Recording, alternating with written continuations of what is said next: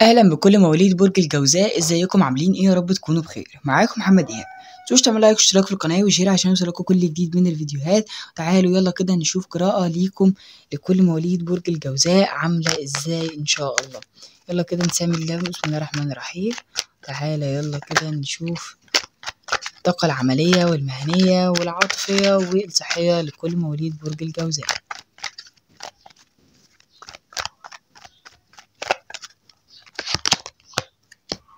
الطاقه المهنيه،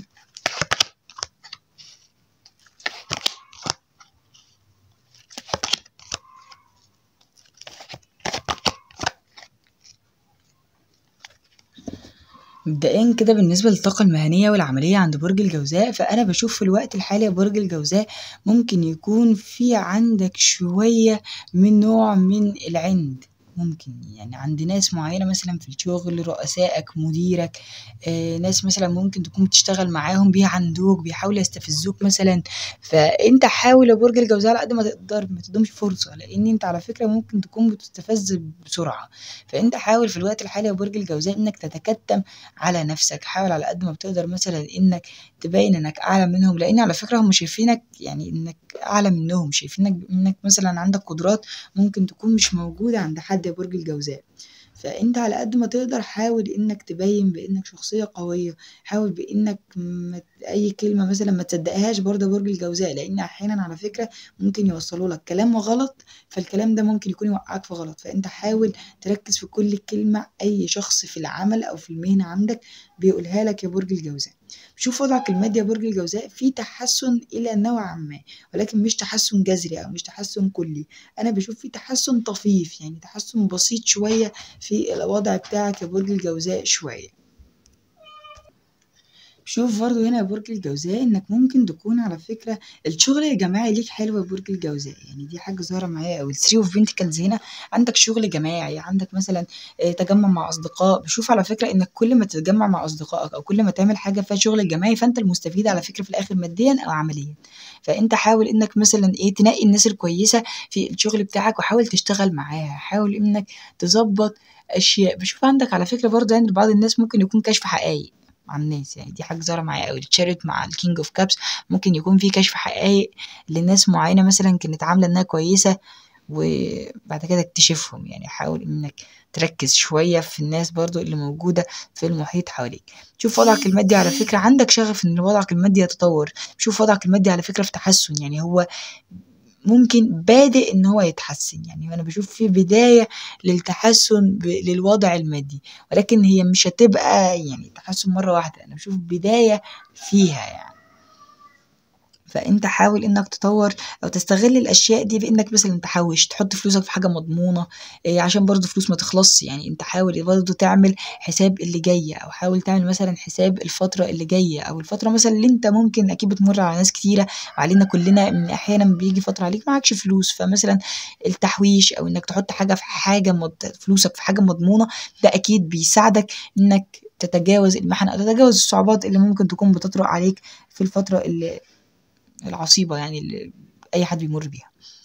فبشوفك برضو هنا برج الجوزاء إن وضعك المادي بشوف إن هو فيه تغير بشكل بطيء. برضو بشوف إن على فكرة عندك زي تشافي من شيء مهوف، عندك اكتشاف حقائق على فكرة عن ناس معينة، في عندك اكتشاف حقائق في عندك ناس مثلا انت ممكن تكون كنت مخدوع فيهم يا برج الجوزاء. بس انت حاول بس على قد ما تقدر تتكتم بس كده على اشياء معينه بتحصل لك، لان على فكره في ناس كتير مركزه معاك، في ناس كتير بالذات المدير على فكره بتاعك او الناس مثلا الشخص اللي بيقودك بشكل عام. لو مثلا انت بتشتغل فعندك مثلا مديرك هو ده الشخص القيادي عليك، او هو ده الشخص اللي مركز معاك في الفتره الحاليه. او مثلا لو انت مش بتشتغل مثلا في داخل تشوف وضعك المادي بشكل عام، فممكن يكون حد من الاهل سواء والدك او والدتك او حد اكبر منك سنا، ده شخص مركز معاك على فكره ومركز في اوضاعك الماديه. قاعد بيشوفك انت بتعمل ايه، بيشوفك مثلا انت ايه الحاجة اللي انت بتعملها في الوقت الحالي، لان في اب او في حد معين قيادي او حد اكبر منك سواء سلطة او مكانة مركز معاك، مركز على حياتك، سواء بقى زوج او زوجة. ممكن برضه يعني لو سواء اللي بيسمعني راجل او ست. لو انت متزوج مثلا يعني يعني في حد هنا من الأسرة بتاعتك لو أنت مش بتشتغل مركز معاك، مركز مع حياتك، مركز مع أوضاعك المادية بالذات، العمل بتاعك. غير كده كمان برضو بشوفك بس إنك حاول ما تعاندش بس في حاجات أنت عارف إنها ممكن تكون صح. دي برضو رسالة برضو ظاهرة لي هنا في طاقة التشاريوت، لأن أحيانا ممكن على فكرة هيمر عليك وقت في العمل على فكرة مش أنت اللي هتكون صح، وممكن حاجات أنت اللي هتعاند فيها، فمش كل حاجة أنت بتعاند فيها برج الجوزية صح. فأنت برضو نقطة ظهرت معانا هنا، حاول إنك تخلي بالك منها يا برج الجوزاء. تعالوا يلا كده ننتقل. الطاقة العملية على فكرة ما فيهاش تفاصيل عندك كتيرة قوي، يعني هي في حاجات كده اللي احنا قلناها وبس يعني. تعالى كده نشوف الطاقة العاطفية بتاعت كل مواليد برج الجوزاء.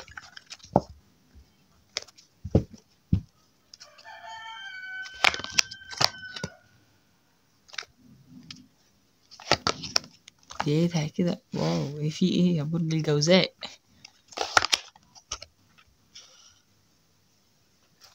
فايف اوف سورد والجاستس والهيرمت، مالك في ايه؟ طب يعني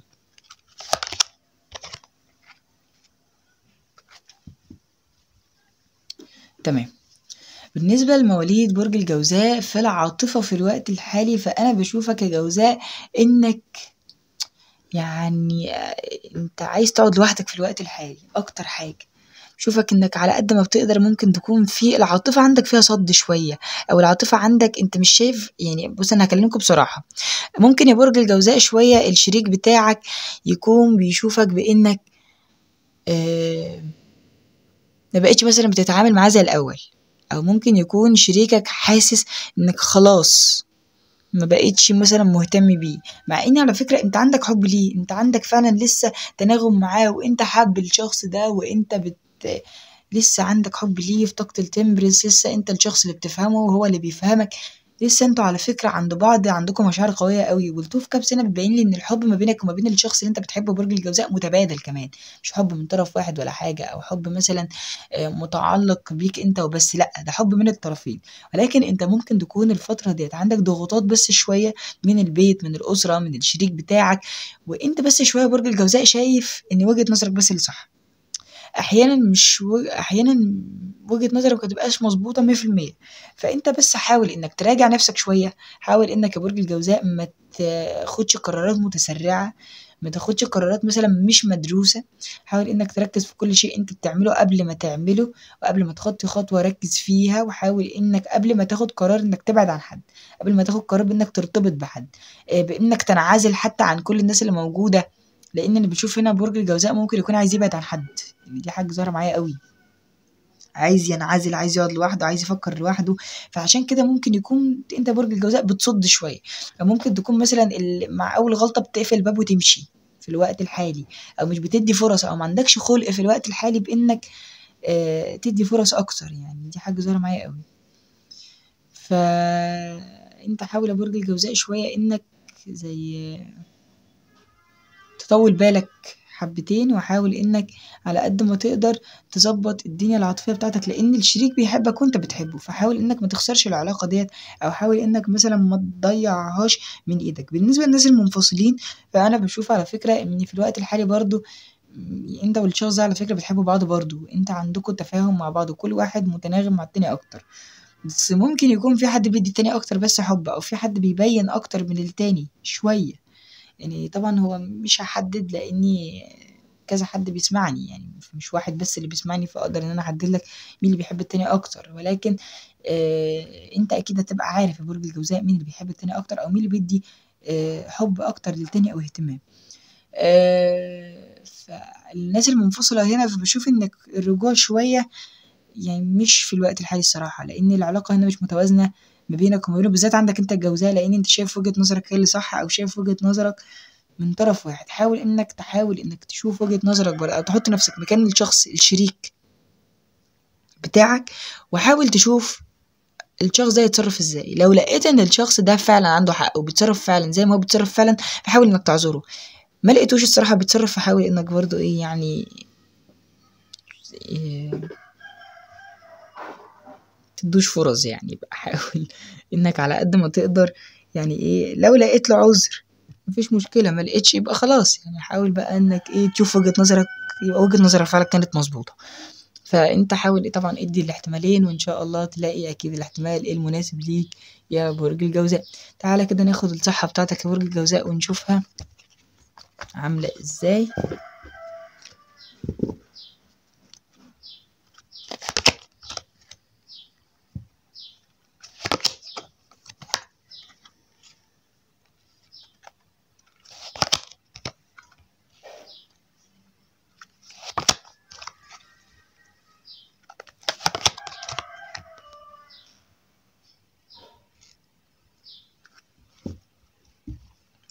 تمام، بالنسبة لصحتك يا برج الجوزاء، يعني عشان أكون صريح معاك، هي عايزة فلوس وعايزة علاقة عاطفية. يعني صحتك هتيجي على الأشياء دي، يعني دي حاجة أنا يعني باينة أوي قدامي، إن صحتك هتتحسن لما يبقى معاك فلوس، ولما يبقى عندك علاقة مستقرة أو علاقة عاطفية كويسة. فدي حاجة ظاهرة معايا قوي، سواء بقى العزاب تتجوز، تلاقي مثلا الشخص المناسب ليك، يبقى عندك أطفال، يبقى عندك مثلا ناس كتير مهتمية بيك. فدي حاجة ظاهرة معايا قوي. صحتك هتتحسن يا برج الجوزاء لما انت تظبط وضعك المادي، على فكره لما انت تشوف حاجات كتيره مثلا قدامك انت او تحققها. شوف عندك على فكره برضو تشافي، ممكن يكون لو عندك مرض عضوي او مرض جسدي مثلا، فالف سلامه طبعا على اي حد تعبان اكيد. او لو مثلا عندك حد تعبان يا برج الجوزاء، فانا بشوف انك عنده الفتره دي تحسن على فكره، عنده الفتره دي تشافي من شيء معين. بشوف برضو ان هو عنده راحه من الم، او راحه مثلا من شيء معين هو كان بيتعب منه. فدي حاجة ظاهرة معايا قوي يا برج الجوزاء.